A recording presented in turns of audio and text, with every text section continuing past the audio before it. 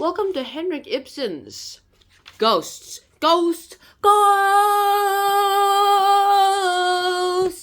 Alright, today we're actually going to do Act 3, so get yourself into a seatbelt and, well, ride the journey.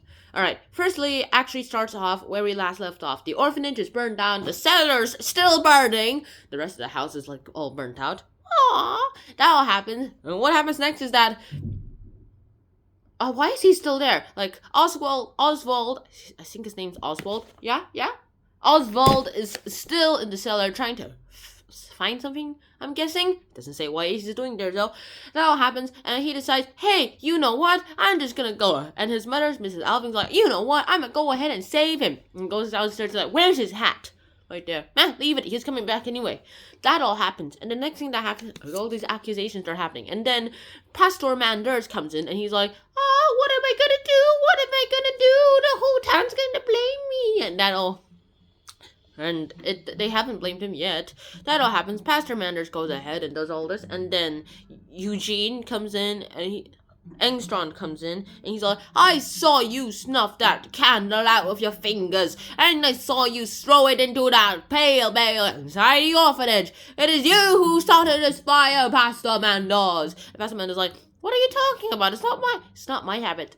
Not my habit to actually do this. And then again, it is kind of suspicious because he told Mrs. Alving to not buy insurance, because if we buy insurance, it means we do not believe in God, that we do not believe that God will protect our orphanage, and we want God, and we believe that God protects our orphanage, so we should not go ahead and buy insurance.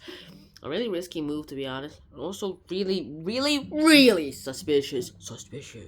That all happens, and what happens next is even more weird and interesting. In my opinion, it's just these rumors start happening, and they're all like, okay, Pastor Mendoza is right there, and he's the one who told them, don't you dare go ahead and buy insurance. It means God does not exist.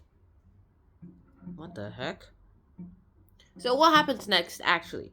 Well, what happens next is that they just realize how this was actually pretty pointless, and that it's just time for them to go ahead and, well, admit something. And then Pastor Mendoza is told by Engstrand that he's the one who started the fire, that he actually starts to believe it for some reason. And then Engstrand says, I will take the blame. Now I will leave town. Adios, amigos. I mean, that all happens. And he goes outside and he realizes, hey, now I'm gonna start that sailor thing. And then Mrs.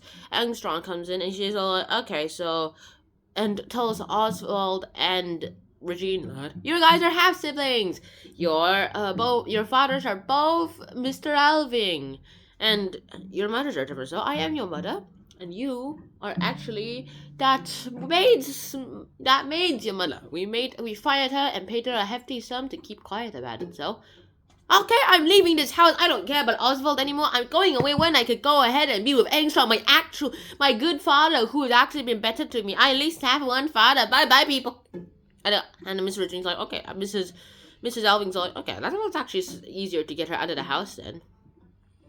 Well, that all happens. What happens next is that finally Oswald comes and says something. Okay, so apparently this is something that Mr. Alving, my father, apparently had when he was young, and he's genetically transferred it to me, and I've already been through fits of rages, and I need to give you this so that you can, when I do it another time, then I can no longer move or speak for the rest of my life.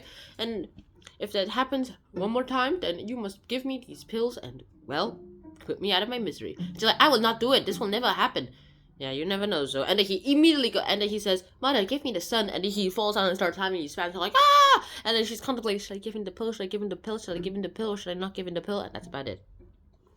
So hey, that's pretty much the end of today's episode. I really hope you guys actually did enjoy this episode. I hope to see you guys soon, and until next time, Shnan out, peace, and please wear a helmet. Bye bye.